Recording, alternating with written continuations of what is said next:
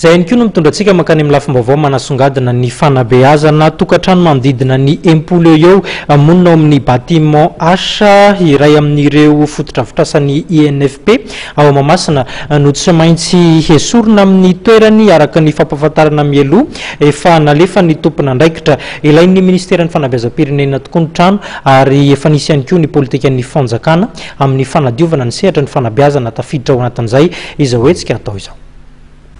Eto amin'ny bâtiment H izay isan'ny fotodrafitrasan'ny INFP na ny Institut National de Formation Pédagogique sapandrarao ambany fiahian'ny ministère fanabeazam-pirenena eto Mahamasina no entina aminao eto amin'ny sary.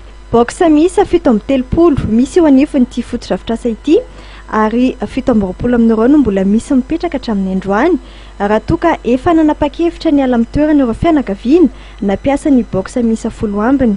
Izany hoe fianakaviana 10 eo no mbola monina ato raha toka efa nandao toerana ny 12 hafa. Ireo fianakaviana ireo dia misy amin'izy ireo no piasa ny INFP, izany hoe piasa ny ministère fanabeazam-pirenena, fa ao ihany koa anefa ireo olon-tsotra akaiky ny mpitondra teo aloha. Ilain'ny ministère fanabeazam-pirenena avadika borofiasy ity fotodrafitrasa ity amin'izao fotoan'izao ary tafiditra fena ao anatin'ny politika ny fanadiovana araka ny baiko efa nataon'ny praministra Jean Ravelonarivo ny antony anesorana ireto fianakaviana ireto.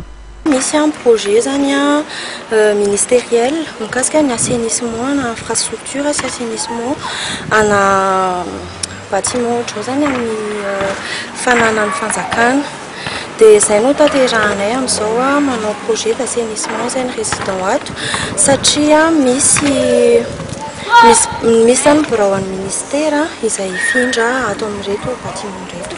Ny antony mampatonga zareo mijanona eto dia milaza daholo zareo hoe ara-dalàna tsara napetraka teto nefa ny tsy nisy ny taratasy ara-dalàna voarainay taty hoe mahazo alalana zareo mipetraka eto amin'ny toerana ity.